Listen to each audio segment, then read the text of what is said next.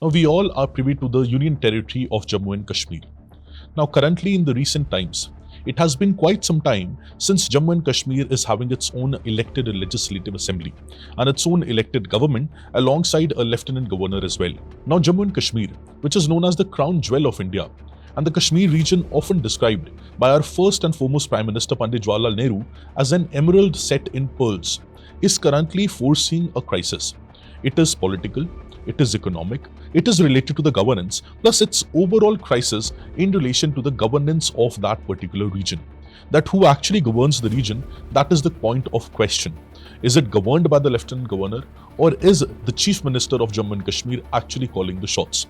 That is the real question which we are going to discuss today. Hello, my name is Preetpal Singh and you are watching Perspective.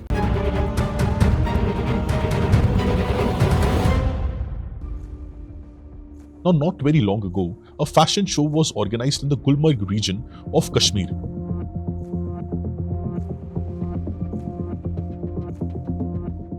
Now, it sparked widespread criticism throughout the region, whether it be from opposition parties or it be from the local leaders or from the local population as well. Widespread criticism was there. And to which the Chief Minister of Jammu and Kashmir, Shri Omar Abdullah ji, replied that I was not aware about this particular event. लेकिन मैं यहाँ clear करना चाहता हूँ कि इस function में हुकूमत का कोई रोल नहीं था। अगर हमसे इसके लिए इजाजत मांगी गई होती, हम इजाजत नहीं देते। In the region of Srinagar, the daily wage protesters, they were protesting against the government because of any reasons, any number of discrepancies which they might feel is because of the government. Now, police used force against them.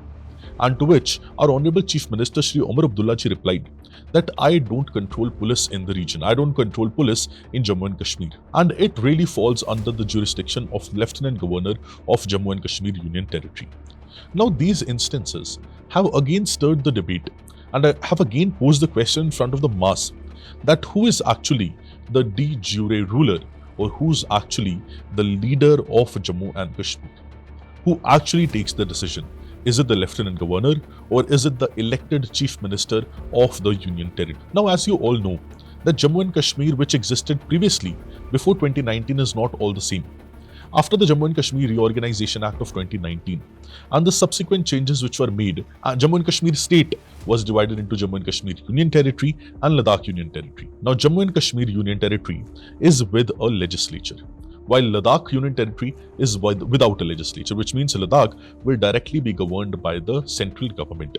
But Jammu and Kashmir, since it's a union territory, definitely there will be interference of the central government through the Lieutenant Governor who will be appointed by the central government only. The interference of central government alongside an elected legislative assembly who will be forming an elected government in Jammu and Kashmir region will also be there. Similar thing we see in one more region of our country, which is Delhi. With Delhi is the national capital territory of India. Now, in Delhi as well, there is a Lieutenant Governor who's there, and alongside there is elected Chief Minister in place also. And similar case you can see in the region of Puducherry as well, where again there is elected government headed by the Chief Minister and there is a Lieutenant Governor as well. See, there are separate constitutional provisions in the Constitution of India which talks about these regions having separate Lieutenant Governor and separate elected legislative assembly which will be headed by the Chief Minister. And this is a hybrid model. Now, in Jammu and Kashmir region, what this hybrid model has done, it has in a way disempowered the legislative assembly because they can't make law on all the subjects. They can make law definitely on all the subjects other than the land, public order and police. Also, many say that the Chief Minister in Jammu and Kashmir is powerless, who has to depend on Lieutenant Governor for key areas, for key decisions, whether it be related to security, land or communication. And after being reorganized into a union territory, Jammu and Kashmir Legislative Assembly functions as per the provisions, as we all know, under the Jammu and Kashmir Reorganization Act of 2019. Now, there is Article 239A of Indian Constitution, under which the Legislative Assembly of Jammu and Kashmir works, and which also governs the legislatures of Delhi and Puducherry as well. However, unlike state legislatures, which already we have discussed, these legislative assemblies don't enjoy all the powers over public order and police. And because of the limited jurisdiction of the legislative assembly on these 2-3 matters, that is public order, police and land, it makes the legislative assembly disempowered and it also hampers the functioning of the elected government in the region as well. Because if legislative assembly is not having the power, elected government would definitely be disempowered to take decision on these matters. And on these matters, whose decision would supersede the elected government? The decision of the central government through lieutenant governor. That would supersede the elected government.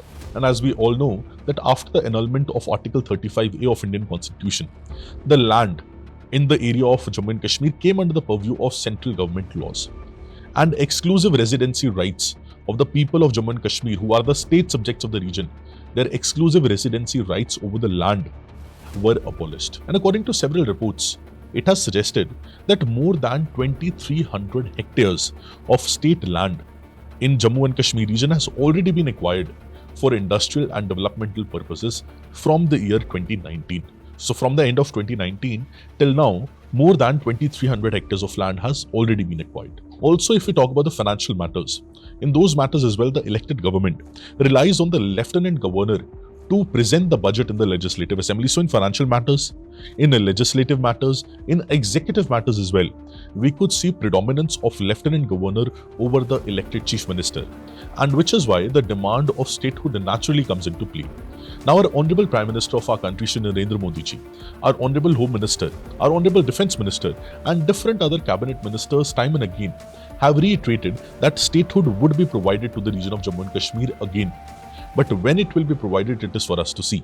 But when statehood would be reinstated in Jammu and Kashmir, the chief minister again becomes powerful, and governor again becomes the titular head of that state. But till that is done, we see gradual disempowerment of the elected government in Jammu and Kashmir, because the rationale of the central government is that since Jammu and Kashmir is a very sensitive region, it's a region which is mired by terrorist influx, which is mired by terrorist organizations, several extremist organizations, and secessionist tendencies as well, which is why it is important for the interference of the central government to be there in order to ensure stability, peace, law and order in the region. And that is a clear-cut rationale given by the central government for saying that why we are not granting the statehood as of now.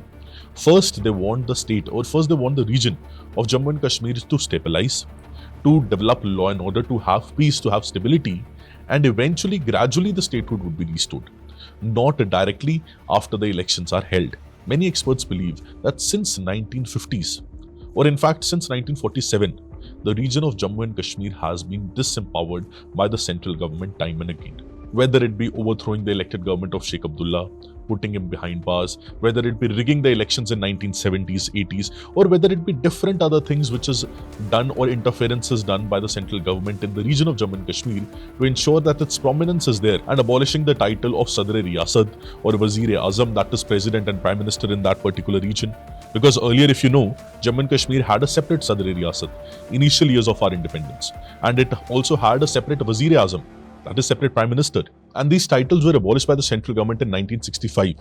And eventually, several allegations of elections in Jammu and Kashmir being rigged and involvement of central government in there, all these things are alleged. But many experts suggest that all these measures, and especially this abrogation of Article 370, or diluting Article 370, abrogation of Article 35A of our Constitution, have been certain measures taken by the central government from past till now to disempower the region of Jammu and Kashmir. Now, this is the argument which many of the experts who are knowledgeable in relation to Jammu and Kashmir region, they believe. But of course, the argument of the government of all these years have been that since Jammu and Kashmir has been a hotbed of terror activities in the country, and because Jammu and Kashmir region became such a region of contention between Pakistan, India and China as well, which is why the involvement of the central government in the region is quintessential and non-negotiable for peace to exist. One professor of politics in the Government Degree College in the Jammu and Kashmir region has written an editorial in the Indian Express highlighting about this particular issue and about this particular economic, socio-political crisis in the region of Jammu and Kashmir. And in that particular editorial, he talks about a legitimation crisis, which was given in 1973 by Jurgen Habermas. It says that a legitimation crisis in any of the polity or any of the region, it occurs when the ideological justifications of a regime no longer convinces the public. So which means when the ideological justifications of the regime, the people who are in power, they are no longer able to convince the public, that is when a legitimation crisis occurs. And this leads to declining public trust. weakened institutional stability, and potential political upheaval. So again, he's suggesting that because of this legitimation crisis and the crisis of legitimacy, public trust erodes, might lead to a political revolution. And what is suggested is that genuine representation is based on granting people agency, people autonomy, people the decision-making power to the people, and allowing them to manage their affairs with minimal and negligible external influence or intervention. That is when this legitimation crisis would be solved. This is again a suggestion put forward by one of the professors in a government degree college in Jammu and Kashmir region. But till now, we have only discussed about the political situation. If we talk about the economic situation, the growth, the state GDP, SGDP, and the overall consumption, investment, expenditure, and all those metrics which are related to economic growth of a particular region, for Jammu and Kashmir, they are not really great. And especially I want your focus to be going towards unemployment levels. Unemployment levels in the region of Jammu and Kashmir is really huge, which is why this region faces the problem of mass migration and also the problem of brain drain, which is why those students who are well learned, who are from good schools, good colleges in the region, they prefer going to other states, to other regions, especially regions of Delhi, Maharashtra, Bangalore, Chandigarh, Punjab, Himachal, to other regions to study and to work as well, as compared to staying in their own region, which is either Jammu or Kashmir.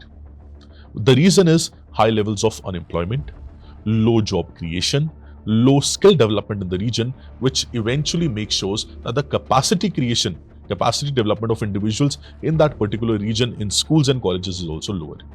So again, this is a spiral which continues, that one thing leading to another thing leading to the first thing itself, and a spiral continues in which people, the common people, are the ones who are being betrayed. Or in this, the common people are the one who are suffering. Now, if we see the periodic labor force survey as well, it says that the share of women in the service sector in Jammu and Kashmir region has shrunk in the last 6 to 7 years. And this trend is more visible in urban women in Jammu and Kashmir region, where mostly women are shifting from service sector to primary sector like agriculture, animal husbandry, forestry, or fishing, or any other aspects of the primary sector. So in the last 7 years, the unemployment level of women, especially in the region from the age of 15 to 29 age group, it has doubled the national average. Let's take an example of 2022-2023. In that particular year, the unemployment rate for urban women in Jammu and Kashmir region was around 52.6%. However, the national average at that point of time stood at 21.7%. So which means more than double unemployment levels in Jammu and Kashmir region. That is, every other woman, urban woman in Jammu and Kashmir would be unemployed. That is what the data for the 2022-2023 year suggests. And also the situation is no different for the rural women. If we see rural women in Jammu and Kashmir region, the unemployment level amongst them is 23%, in contrast to the national average of 8.2%. Again, to an extent, double or triple the national average. And this, we are just talking about women-related unemployment. If we talk about the overall unemployment levels, they're even worrisome. Just shows two things: that high level of unemployment in the region, plus second is huge regional disparity also existing in the region. See, one is economic, that is, unemployment levels is high, which means low income generation, low economic activity in the region, a low disposable income, which means lower demand, which means lower supply and lower economic activity overall. That is one. Another is gender related differentiation. That means women are facing this unemployment problem more as compared to the males, as compared to the men. Which means, again, women would be discriminated against, gender-related disparity would be there, patriarchal setup, patriarchal norms are still very much prevalent in that particular region. Which is why many economic experts say that cultural reasons are largely to be blamed for this particular precarious situation in Jammu and Kashmir. And overall, this shows a structural crisis in that particular region, whether it be political, whether it be economic, whether it be social. A structural crisis because the structural problems in that particular region exists, and for that what is required?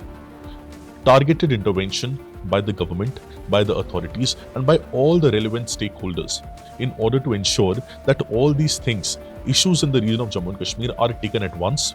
Human resource development is ensured, and what is ensured even above that is empowerment of the local population. Because if the local population feels empowered, eventually they'll be able to contribute more in the polity, in the economy, and in the society also. Now, many would say that the remote governance from New Delhi or from the central government should end.